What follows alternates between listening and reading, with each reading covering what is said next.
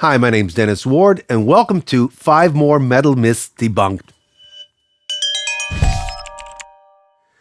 Myth number 1, dynamics are bad. So what does this mean?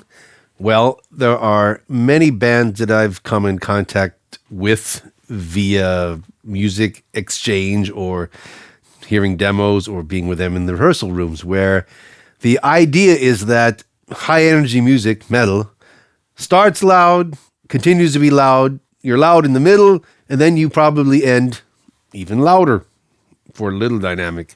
This is sometimes really sad because the reason music can sound powerful is because of the difference in dynamics. In other words, let's say we're breaking down for the verse or we're making a big musical reduction for the verse so that the guitars or drums or whatever can power in the next part or in the middle part or maybe reduce in the middle part so we can have this up and down throughout the song to have this constant dynamic, just making this pulse, this energy, this power come in and out from existence.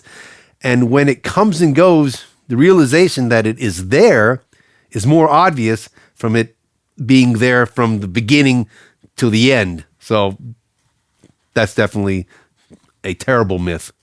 Myth number 2, money buys sound. What do we mean by that? I've seen a lot of guys come up with their super sensitive snare from 1971 and a half, and it costs $1 million, or their Les Paul 1927, whatever, that costs $1 million, and it sounds so good because the color's right or whatever. And this is probably one of the biggest myths, period, in music, period. Your instrument, unless you're doing classical, where a Stradivarius will definitely sound better than your off-brand Chinese-made Amazon fiddle. Distorted guitars are, it's just a different league of instruments. You need strings, you need wood, you need pickups, and it's got to feel good to you. And whatever you have in your hands, if it makes you create the music you want to create, it's the right instrument. If it costs $100 or $10,000, it really doesn't matter. But to think that you have to invest in the most expensive piece of gear, especially in these days, that's a great, great big myth. You can get away with some very, very inexpensive instruments and make very professional music. Metal myth debunked number 3. Vocals should never be too loud in a metal mix. Now, this is something that I've been confronted with almost with every mix I think I've ever done. I like to hear the vocals. For me, the vocals are just probably the most important thing. I like listening to lyrics.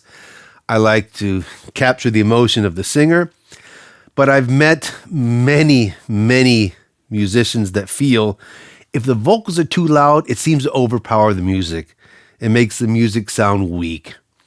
Now, that can be true in the case of maybe your music is just not powerful enough from the mix standpoint, but you can still have very loud, very clear vocals and music. It's not impossible, but to think automatically, the vocals have to be just barely hearable, which is often the case, so that the music sounds really powerful, that's the biggest myth ever, in my opinion. Metal myth number 4. Drum tuning is not important because we're probably going to trigger anyway.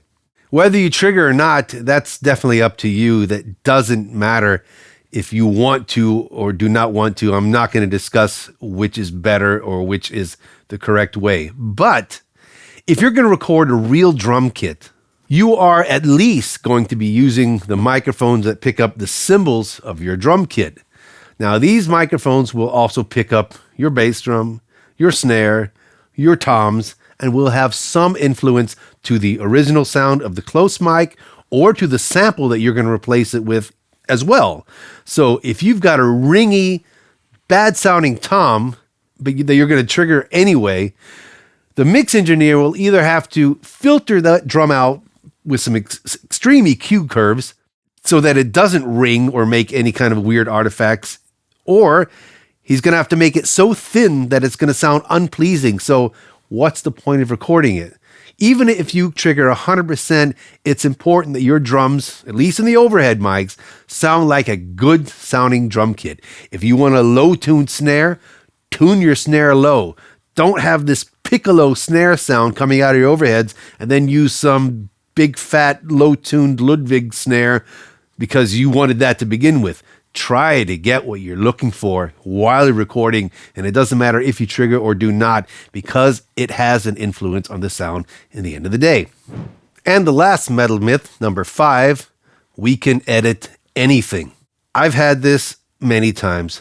I'd ask my artist to do a take again, or let's fix this part, and I get can't you just, move it around, make it work?